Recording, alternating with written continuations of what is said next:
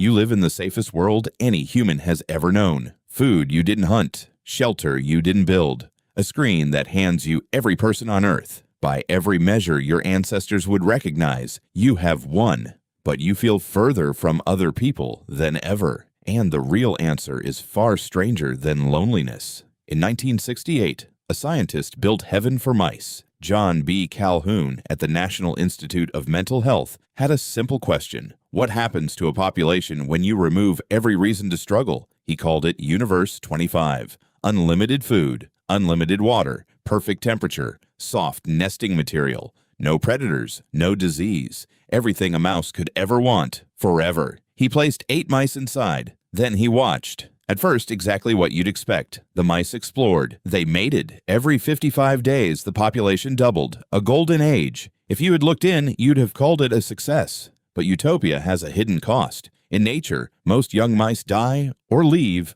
or fail to find territory. Life is a filter. In Universe 25, nothing filtered anyone out.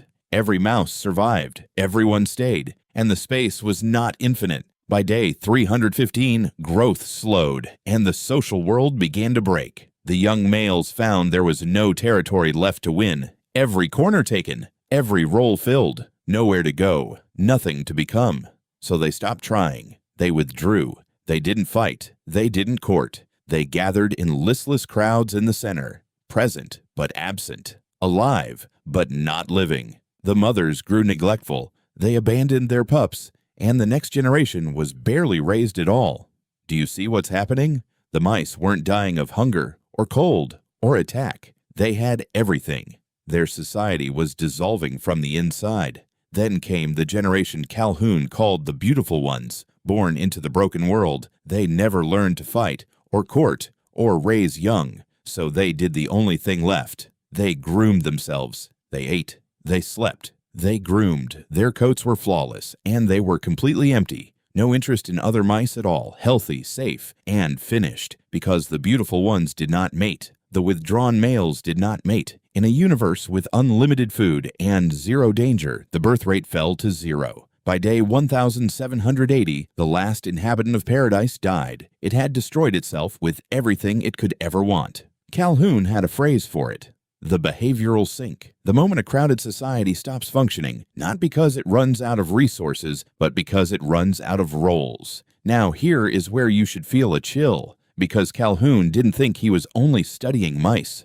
But be careful. You are not a mouse. The mice weren't just crowded. They were trapped with no new frontiers, no new roles, no way to matter. And have you ever felt a version of it?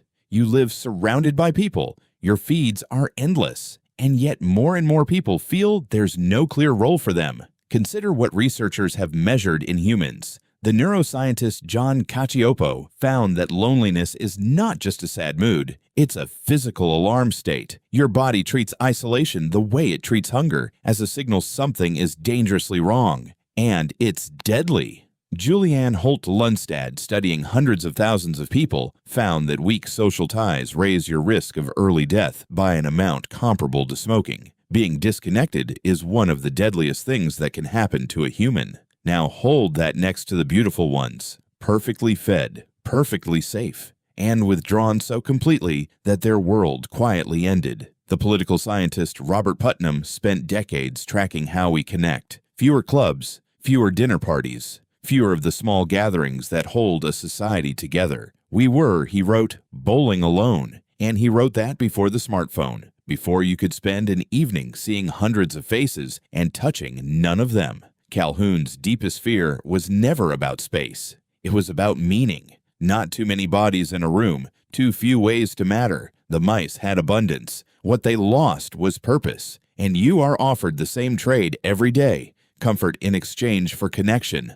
A life where nothing is hard, and slowly, nothing means much either. But here is the twist. The beautiful ones could never reach. You can see the sink. A mouse never could. And that changes everything. The alarm your body sounds when you're isolated is not weakness. It's ancient wisdom telling you to move toward the people around you. The call instead of the scroll. The crowded table instead of the empty room. The universe Calhoun built had everything. That was exactly the problem. It removed every reason to reach for one another, and one by one they stopped. You live in the safest world any human has ever known. The question was never whether you could survive it. The question is whether, surrounded by everything, you'll still remember to reach for someone.